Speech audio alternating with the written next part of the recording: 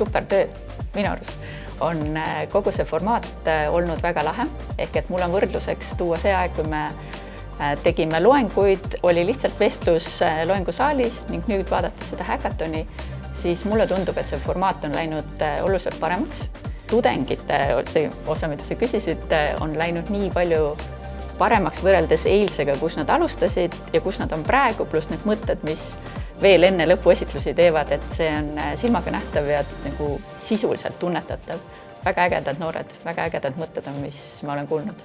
Ja arvestades siis ka seda ajalist kitsikust või et nad on pandud sellisesse olukorda, kus oleks nagu surve või pressing, et see on ka tihtipeale nagu elust enesest, et kui sul liiga palju aega antakse, et sa teed ikkagi suhteliselt lõpus seda asja, aga et kui sul on ajakitsikus, siis sa igal juhul saad sellega kas paremini või halvemini hakkama ja need inimesed siin on väga hästi hakkama saanud minu meelest, et kui on isegi kaklema pole omavahel läinud seal, et see on väga põnev ja äge on vaadata.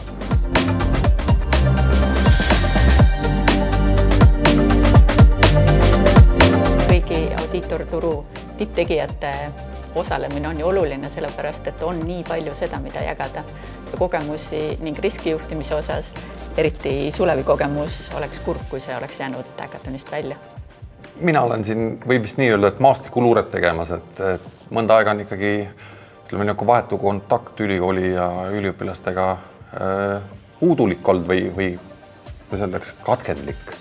Ehk siis on täiesti arusaadav, et oleks vajalik aru saada, et kes siin nagu õpivad ja mis nende teoreetilised ja tehnilised oskused on ja see aitab ju ka ettevõttel mingisuguseid otsuseid paremini teha. Et see, et me täna oleme klassiruumis, siis nagu vastaspooltel ei tähenda, et me ühel hetkel ei või teha koostööd kliendi suhte näol või vajatakse meie ekspertiisi mõnes küsimuses.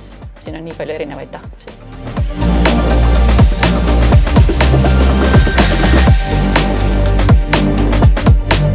Head lahendused riskide maandamiseks tekivad mudeleid ja protsesse tundes.